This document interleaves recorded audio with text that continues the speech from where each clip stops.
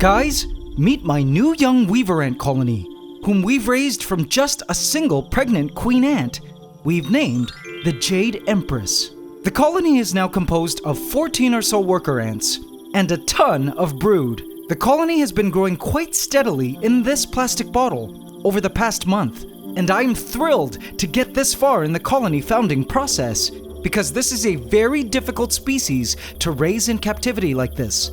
But guys, this week, I discovered that I needed to make them a terrarium because having only this plastic bottle simply wasn't going to work, and I'll be explaining why later.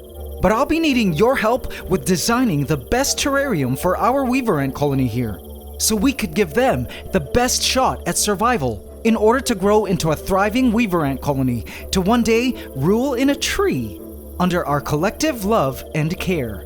Welcome to the AntsCanada Ant Channel. Please subscribe to my channel and hit the bell icon. Welcome to the AC family. Enjoy! This episode is brought to you by our good friends at the Ants Underground Kingdom, the world's first ant and insect-themed strategy mobile game, with 35 million players worldwide and entering the top 3 game charts on the App Store and Google Play in multiple countries. In this game, you are the ultimate ant ruler to collect resources, lead the queen, train the special ants, grow the colony, create alliances, defend against enemies, and build your own ant colony much like we do on this channel. I love this game because the ant ecology and ecosystem is so rich, it truly feels like living life as an ant in the wild. Players are even free to design their own nests to live in. As your empire grows and you emerge from the underground world to the surface, you get to interact with a ton of creatures, where you get to train your army to fight groundhogs, lizards, frogs, and more. And as you increase in resources, you can even form alliances with mantises, crabs, and scorpions. The game has a ton of natural ants, each with special abilities, and special ants that can be unlocked with even more enhanced abilities. They even have a special summer event starting from today, where old players who return to the nest can enjoy a series of free return packs and limited time rewards. Download the Ants Underground Kingdom now at the App Store and Google Play. Guys, this moment came sooner than expected. I made a discovery this week that made me come to the tough decision to make a pretty significant change in the living setup of our beloved weaver ant colony, which is currently doing so well. What we do from here on in, guys, will determine whether or not our weaver ants succeed and continue to grow and thrive, or die out, like many budding weaver ant colonies do in the wild and in captivity. But stay tuned for the official vote towards the end, as we make a very big choice regarding the design of their future terrarium, which we will all start building for our weaver ants today. But now, let's have a look at our weaver ant colony since we last saw them. AC family, behold, the Jade Empire. This was the winning name you guys voted for in last week's video, the Jade Empire. I rather like it, and hey, it matches the name we gave to our Jade Empress. A very simple and straightforward name pairing, I'd say.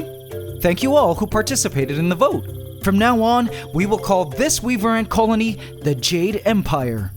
So the Jade Empire is currently involved in a very critical transition right now. This is because the colony, with its now 14 or so workers and growing brood, have actually been feeding on real food over the past week.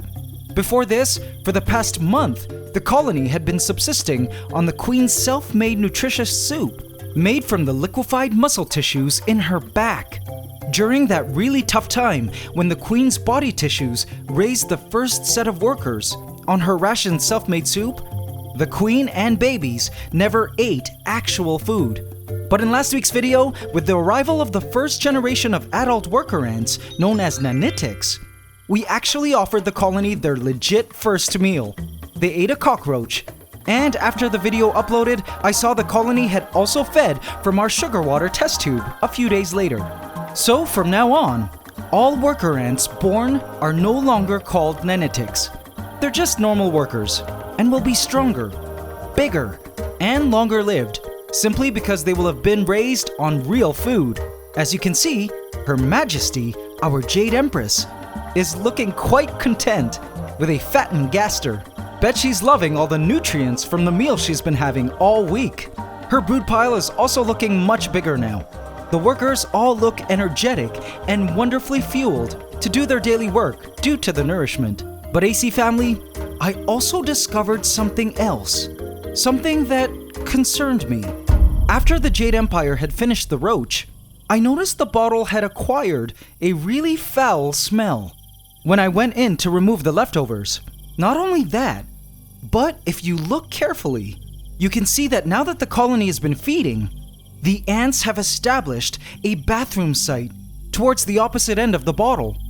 All of this was concerning me because I felt at this stage the ants' food and biological waste was beginning to pose a danger, likely producing copious amounts of ammonia in their bottle, which is definitely poisonous. I knew we needed to change the setup, and we needed to do it immediately. This AC family was what pushed me to make the decision to make a change to their living space. The Jade Empire was clearly doing well all this time in this bottle, and it seemed this bottle was so far providing them the perfect living environment, so I didn't want to move the ants out of it yet. However, there were two things I did need to provide now that the ants were at this stage of development. One, they needed ventilation. Up until this point, I was just opening the bottle every day for a few seconds to allow for some oxygen to enter and carbon dioxide to leave. However, with the bathroom area and food waste being dumped inside the bottle, ammonia needed an opportunity to escape. And two, the ants needed an outside area, a spacious living area they could emerge into from the nest, where they could not only forage for the colony's food, but also dump their garbage, and possibly even establish an outside bathroom area. These two provisions would ensure the ants don't poison themselves. And my intuition told me they were ready for this next phase, the introduction into a terrarium. And so AC family, it was time to do something I've been waiting to do for this colony for a very long time. It's time I, your creator of worlds, create a terrarium suitable for a weaver ant empire. Behold, the empty shell of a terrarium, which will become the new kingdom of our Jade Empire. It's a tall terrarium with a mesh top, which opens from the front and the top. Before building the terrarium, I placed cotton in the crevices and areas that I felt might provide the ants an opportunity to escape. Alright, and now let's begin. I added gravel for a drainage layer. I then added some carbonized rice husk for soil nutrients and purification. I then added some soil, a rock, driftwood, moss to make the space look and feel a little more natural. And done. This was it for now. What do you think? I know, not too elaborate and pretty basic, right? Yup. Well, that's on purpose, because all of you guys are going to help me with decorating this further. So hang tight. Alright, and now to add the colony inside. I placed the bottle up in the driftwood and placed the sugar water test tube somewhere towards the driftwood's base. AC family, let's watch. I caught a brave ant wandering outside the bottle. This place is a bit peculiar. Perhaps somewhat spooked, it re-entered the bottle to tell the colony of the strange new world that existed outside. No ants came to wander out of the bottle again, however, for the rest of the night. I decided to place in a small food bowl into the soil nearby. And in case the ants were hungry for some meat, I placed in a housewarming gift. A pre-crushed cockroach. There you go, Jade Empire. Hope you enjoy your new home. Alright, AC family. And now that the ants were in their very basic terrarium, now it's time for the fun part, where I'll be needing all of your help and opinions. It's time we choose what plant we'll be planting into this terrarium, which, fingers crossed, the Jade Empire will move into when they're ready. And in case you're new and wondering what all this talk is about plants, well, weaver ants are specialized arboreal ants that build amazing leaf basket nests in trees and bushes. The weaver ants pull leaves together using their super strong jaws and legs, then use the silk produced by their pupating larvae to glue these leaves together to form their impressive leaf basket nests. This is actually how weaver ants get their name, and I'm eager to watch our Jade Empire eventually do this. I think if we can successfully manage to get our Jade Empire to a big enough colony size that they start leaf nest building into a plant, then we are well on our way to seeing our Jade Empire flourish into their golden era as a mature colony. And so, this vote, which we will all partake in now, is super important. We need to choose the right plant. So here we go, guys. Are you ready? Now, in my country, weaver ants commonly build nests in mango trees and other fruit trees. However, I've also seen them build in a variety of other plants that are much easier to grow in a terrarium.